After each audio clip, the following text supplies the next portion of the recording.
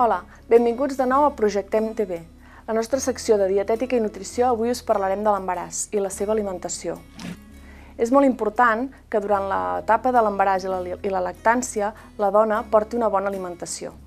L'embaràs i la lactància són dos moments en què hem de trobar un equilibri.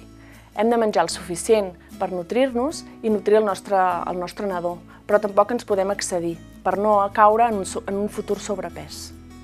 Doncs, comencem parlant de l'embaràs. El pes que podem pujar durant l'embaràs va d'uns 7 quilos a uns 12 quilos i mig, i d'aquests 3,5 és el pes aproximat del fetus. Al primer trimestre el que hem de fer és pujar aproximadament 1,5 quilo. En el segon trimestre fins a 3,5 i la resta ho farem el que queda d'embaràs. Els objectius d'una alimentació adequada són els següents. Hem de cobrir les necessitats per la mare, pel fetus, i alhora hem de preparar la mare pel part i la futura lactància. A nivell nutricional hem de tenir en compte 4 coses bàsiques. En l'etapa de l'embaràs hauríem d'augmentar unes 250 calories, per tant no és un excés molt gran de menjar i hem de vigilar, no hem de menjar per dos. En segon lloc hem de tenir una cosa present, i és que durant l'embaràs, a partir del segon trimestre, el que fa el nen és créixer, per tant es formen estructures. En aquesta formació d'estructures nosaltres hem de portar al cos la suficient quantitat de proteïna. D'on traiem nosaltres la proteïna?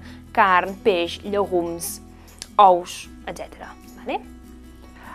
Referent als greixos i als lípids, hem de tenir clar que la nostra font d'ingressos de greixos en la dieta ha de ser l'oli d'oliva. Però també hi ha altres greixos, com l'omega-3, que han de formar part d'aquesta alimentació.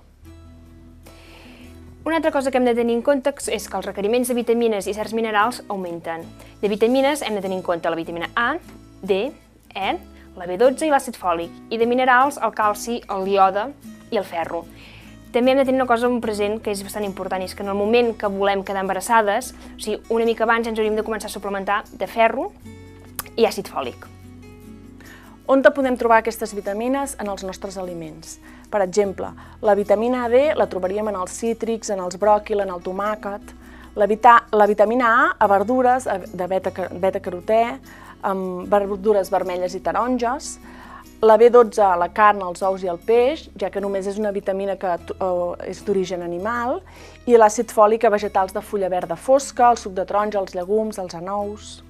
I pel que fa al tema de minerals, el calci el podem trobar als làctics, com ja en sabem, al sèsam i a les sardines, el ferro a carns vermelles, escopinyes en té molt, llegums, espinacs, i el iode, l'aigua en té, i algunes algues també en podem trobar.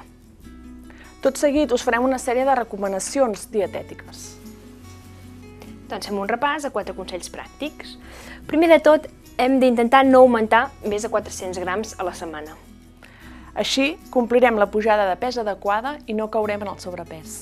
Hem de menjar poc i sovint, hem de fer de 4 a 6 àpats al dia. L'esmorzar, un 20%, al mig matí, un 10%, al dinar, un 30%, al berenar, un 10%, al sopar seria un 25% i el ressopor restant un 5%. Hem de beure 2 litres d'aigua cada dia. A mesura que avança l'embaràs, no la prendrem durant els àpats, ja que dificulta la digestió. No podem picar entre hores. És molt freqüent el picoteig. Per evitar-lo, cal no saltar-nos cap dels àpats i aquests siguin suficients i equilibrats. Hem de prendre l'oli d'oliva, 3 racions de fruita i 2 de verdures, els làctics semidesnatats i els farinacis integrals.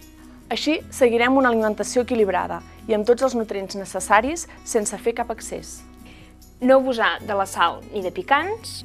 Hem d'evitar no prendre més de 2 grams al dia i no abusar dels picants per evitar l'escremós.